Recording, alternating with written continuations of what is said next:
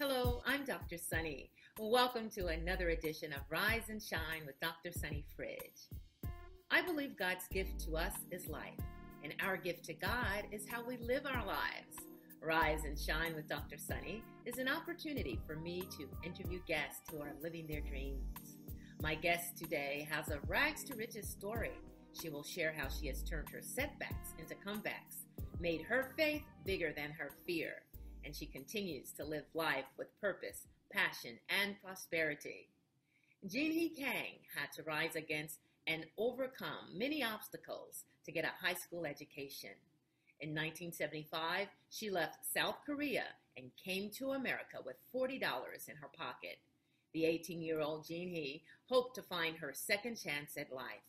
The details of her captivating journey from a street peddler to a multi-million-dollar business owner are in her memoir, MEEGOOK, Dry Bones. Welcome, Jeanhee Kang. Hi. How are you? Great. Thank you for having me. It is my pleasure. Now, before we talk about your book, tell us a little about yourself. Well, I am currently a real estate broker, and I speak around town, try to inspire young teenagers who may be living in my past life, and do many of the volunteering work, and try to make my book a movie. What does MEEGOOK mean? MEEGOOK means beautiful country, represents America. All Asians call America MEEGOOK. Chinese, Japanese, Koreans, we use the same language, and it means beautiful country. Wow. Your life today is a far cry from growing up as the oldest of 5 children to poor rice farmers in Korea. Your book, MEEGOOK, is filled with many defining moments. You said your happiest memories during your childhood was your birthday. Why? We were so poor. Just everyone was poor, actually. So growing up, my first thing that on my mind was, one day I'm going to be a fat Korean, because only the fat Koreans are rich. They got to eat lots of white rice. And on birthdays, that's how we knew, because there was no presents or anything like that, or happy birthday song.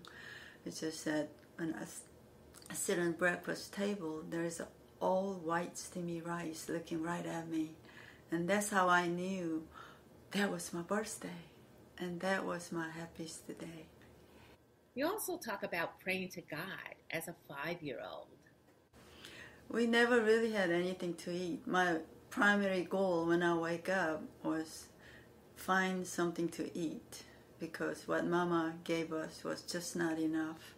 And there was a mountain far away across the rice paddy, and on top of the mountain really looked like a human face looking straight up to the sky. And I thought, there could be a God that might hear my prayer. So whenever I'm hungry or sad, I'll look at that top of the mountain and thinking that that's my God. And I called him 하나님, means God. And said, give me some food, or, help me run away when I grow up. And it was just I never forgot that mountain top, and I always thought it would follow me everywhere. How did you deal with the hunger? What did you eat? Oh my gosh, I would eat anything that it was edible, didn't eat me first. I would eat grasshoppers, toss it in the fire. We would catch the rat and roast it. I would be in the field digging raw potatoes and just eat it right there, or corn right off the husk and eat it. And I spent a lot of time with a stomach ache because those were raw. And I would have to eat it without my mom finding out, because she doesn't want us to eat those. And like stealing an egg was just like a big risk, because no one was allowed to eat egg. It was sold so we can get money. So just like I remember I would stole an egg and hid it underneath a haystack for longest time, and I found time to run away to the next town. I ran with the egg on my hand without breaking it, so I can exchange it for candy. And there was like the sugar crash I'll never forget, and just ran back. It seems that even at 5 years old, you knew you wanted to be more, do more, and have more. Talk about your encounter with a rich neighbor who lived up the hill.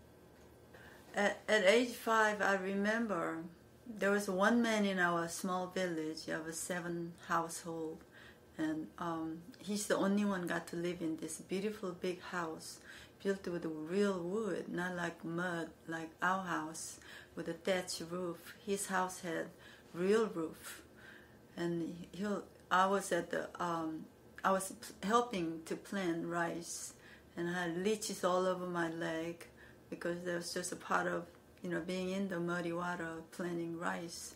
And there goes dam keeper. He came from out of town. No one knew his real name. We just called him dam keeper. And he was riding his bicycle, just driving through the rice paddy. And what it looks to me like, he was looking straight at me. I dare you, you poor rice farming girl.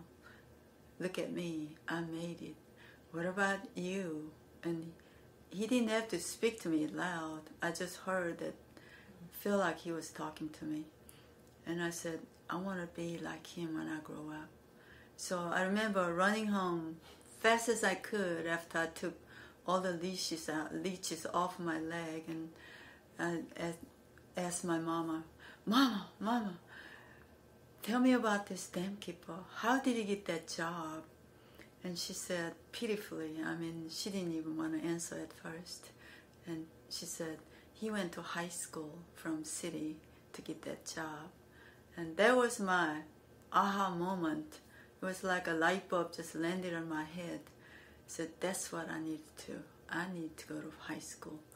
No one in our village went to high school, but wherever that thing is, I was going at all cost. Share with our audience what a dam keeper is. That's D-A-M, keeper. We live in a little village that had 2 bridges going, one to the south, one going to the other side. And that is the point where dam gets to be open or closed for farmers. And this dam keeper, all he had to do, just by going high school, got to live in this beautiful house. And when he gets to open dam to get farmers to have water, and he closed when he's supposed to close. And that's why we call him dam keeper. A year later, you finally convinced your mother to allow you to go to school. I didn't think of myself as 5 years old because I was already doing men's work. My father never came home, so I was doing everything he was supposed to do. I was the oldest girl of 5. So to me, age was not a problem. It was a problem. I needed to go to high school. So I would beg my mom every single day for an entire year. And she, first she tried to discourage me, saying, girls don't go to school. Besides, I need you here to help me. And I begged and begged. And finally, it just dawned onto her, maybe she thought she got something here. Maybe she can send her daughter to school. Maybe she'll get a good job and help her. So 6 days after I turned 6 years old, that she said, she gave me a bath. We never had a bath. It was March, Korean school starts in March 1st. And it was snow, I can see ice all over. She'll boil this water and put me in this clay pot and scrub me. And it was hurting so bad because I've never been scrubbed. And use real soap, which is very expensive. And she washed my hair. But my hair was so tangled because I never brushed my hair. And lice all over my hair, just coming everywhere. And she tried to take lice out of my hair. It was an impossible task. She tried to comb through it. The comb didn't go through. And she tried to catch a few lices, and she killed it with her thumbs, just crushed it. And then I cried and cried, and I said, I don't have to have a hair comb. It hurts. So she stopped, and she found the clothes that had at least the holes to dress me up. And we walked 10 miles to elementary school, which I call it high school because that was the door that I wanted to get in to go to high school. So I walked in.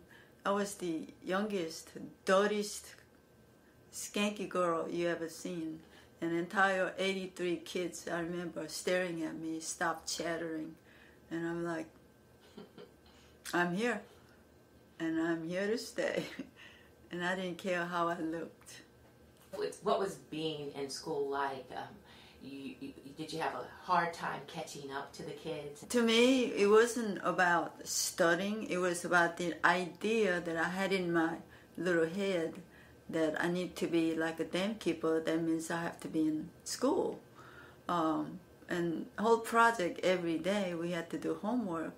But teachers don't realize I have to go home and help my mama catch up the work that I missed while I was in school. So a lot of time, I don't know how to do homework. My mama had a 3rd grade education. She doesn't know how to help me, and I quit asking her. And by the time after I work and tired, at night we had one little kerosene light, the lamp that we could use. And even that kerosene we had to buy, so we had to save. So I could only use it for a short time. And I remember studying underneath and what I could answer, what I couldn't finish. And lots of time I turn it in blank next day. And teacher would beat me on my calf with a homemade wooden stick. And of course it's bruised. And my mama would catch me and say, "What did you do wrong?" I said, "Don't worry, Mama, it didn't hurt me one bit." I didn't bother to tell her. I didn't turn in homework or things like that. She didn't need to know that. Fast forward to 1973, you're in 10th grade, 16 years old. It was a period of rebellion. You broke a Korean taboo. It led to you being expelled from school. What happened? Back then, in the 70s, Korea was still way back behind time, and girls must stay pure until wedding night. She must be virgin. And there was no dating. There's no boy talking girls. It was a forbidden period. And I broke taboo by meeting a boy. And it was a rebellious time because I was a good student, good girl, until one day several of my girlfriends and I were at the park, and we were away from boys, but we were actually watching what boys were doing from distance, but really never really talked to those boys. But one of the neighbor boy came and asked me about my sister, and I didn't like that tone because I told him that you are not good enough for my sister, and that made him angry. And I didn't think of much about it, but I came home after that park day, and my mom and my dad was at this wooden gate and fuming. I could tell they were very upset with me. And I walked in and my dad slapped my face and said, "You whore, you kissed the boy at the park," and just shocked me. I didn't know what to say at first because first of all, I never thought of kissing a boy, and second of all, I would never do that. And I was accused, and now he's calling me names that I never wanted to be called. And I looked at my mother, and she was not going to defend me, and that was, to me, that was a betrayal because all those years I did everything my mom told me to do, field work, rice planting, anything that my dad didn't do, I was there as her right-hand girl. And I wanted her to bail me out at that point, to defend me, and she wouldn't do it. And I cried to sleep that night. They didn't wake me up dinner time. I just cried and cried and fell asleep. And I woke up middle of the night and I said, okay, I'm going to revenge. I'm going to show them that I am really a that person, my dad called me. So I went to neighbor boy's house and asked him to take my virginity. And that led me to be pregnant soon. And I went to abortion clinic. I didn't have money. My girlfriend loaned, she had a golden ring. Her parents, she was wealthy. Her parents gave a golden ring for one of her birthday. She pawned that ring to pay for my abortion. So she and I went to abortion clinic and then had an abortion. And a whole town found out that I had an abortion. And next few days after, I was expelled from high school. And that was the end of my dream, that I was going to be a dam keeper. My dream just died at that point. How devastating was that for you? I think all the more I was ruined because I was no longer virgin, and I could live with that. I could live with it, never get to marry men. I could live with that. But when I was expelled from high school, I could not live with that. That was not going to happen. I wanted to go back to high school at any cost.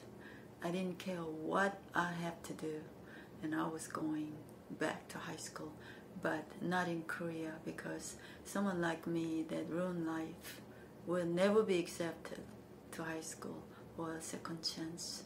I was a so-called gone girl to Koreans, and I had to find a way to get out of Korea if I wanted a second chance, if I wanted to go back to high school. I understand that taboo breakers are given two choices. Well, taboo breakers, especially what I did, was I had two choices: either drink rat poison to die, or disappear from whole entire village and never come back. And I know a lot of girls kill themselves for shame, but I wasn't gonna kill myself. I chose to go somewhere and never come back. And I decided I'll do anything. And I figured it out that maybe I can go to America. And I found a way. I ran away and went to GI town, 4 hours away from my home. And I stole money to buy one-way ticket to get there. And I sold myself to brothel to sell my life, my soul, to earn that chance to go to America, to go to high school. You actually met your first husband. He would give you the opportunity to come to America. So I was a teenager prostitute and selling myself for $20 a night. And while that time I met my husband, he was 2 years older than me, 19 years old, just came to Korea. He was a young boy, and I was a young girl. Somehow it feels like we had a common. We were both kids, and even though I didn't speak English, he made a joke somehow to make things that I could understand by using hand gesture or a facial movement or things like that. And we just hit it off, and we got married like 6 months after we met. And as soon as we got married, I knew what I wanted to go, where I wanted to go. And he was still in the Air Force. He could not come to America yet. He had to finish his tour. And I begged him, just like I did beg my mom when I was 5 years old to send me to high school.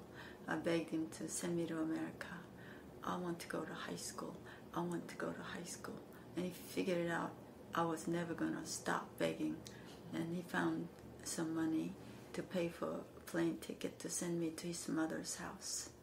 Wow. Before you left, you called your mama to let her know that you were finally going to America. What did you tell her? I called my mama that I was going to America and I'm going to high school. And one day when I become rich, I'm going to send her lots of money so she doesn't have to work. And make all her friends jealous. Yes, and I told her that you can tell all your friends that how rich your daughter became so you can make them jealous. She liked that. You got to America, you met your mother-in-law, and within 12 hours, you were an 11th grader in Mexico High School in Missouri. And when I left, I had a set of dictionary, English to Korean, Korean to English, and 4 notebooks, 4 erasers, 4 pencils. I believe the next morning when I woke up, I had all these things in my bag, and I remember asking my mother-in-law, send me to high school, and she was shocked, and says, aren't you tired? No, not tired. So she registered me to 11th grade and didn't speak a word of English, but I could understand a little bit.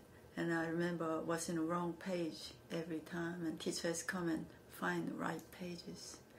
But, when I got to the 11th grade classroom, I said, watch me, Korean people, Koreans, I'm here, I made it. I was so happy, so happy. Wow. The book is called MEEGOOK. You can find it on Facebook, Amazon, and wherever books are sold. You can also reach Jeanhee at facebook.com/MEEGOOK. That's all the time we have on this edition of Rise and Shine with Dr. Sunny. I want to thank my guest, motivational speaker, entrepreneur, philanthropist, and author, Jeanhee Kang. And stay tuned for Rags to Riches, a true story, part 2 of my interview with Jeanhee Kang. Find out how she overcomes 3 failed marriages and how a segment about domestic violence on the Oprah Winfrey Show became the aha moment Jeanhee needed to make a life-changing decision. Until that time, I had no idea why I was in an abusive relationship and I couldn't leave. But she explained to me through the TV that women remain in abusive relationship because they grew up in that environment. It's a trend, it's a cycle they go through. And I just woke up at that point. I said, that's what's wrong with me. I am going to break this chain. It would begin her journey from a street peddler to a street-savvy millionaire business owner. You mean you want me to send you merchandise and you'll pay me back later? I said, exactly, that's what I meant. And he thought about it. He couldn't believe what he was hearing, but he sees that desperation in my eyes. I told him that I just got divorced and I have no money. This is the only source that I can make something out of my life. And he just thought about something real quick. Then he pulled out this scratch paper out of his pocket. Write your address down. You promise you're going to pay me back? I promise I'll send you money every time you send me merchandise. And believe it or not, did you know that he sent me merchandise every week? And I paid him back every week. And that's how I became street peddler. Plus, her advice to young people on moving forward and living their dream. But you can go forward and do like I did. I didn't give up my dream. I knew that if I stayed shameful and gave up my dream, I would never be where I am today. All that and more on the next edition of Rise and Shine with Dr. Sunny Fridge. If you enjoy our programs like this, please consider making a donation of any amount at wytv7.org to help our CBN broadcasters continue to bring you programming that inspires, uplifts, and empowers. For more information, you can find me at sunnyfridge.com. Please like my Facebook page, facebook.com/I Rise and Shine. Listen anytime to our Rise and Shine podcast on Spreaker, iHeart, Google, and many more. I'm Dr. Sunny. Remember, it's your time to rise and shine.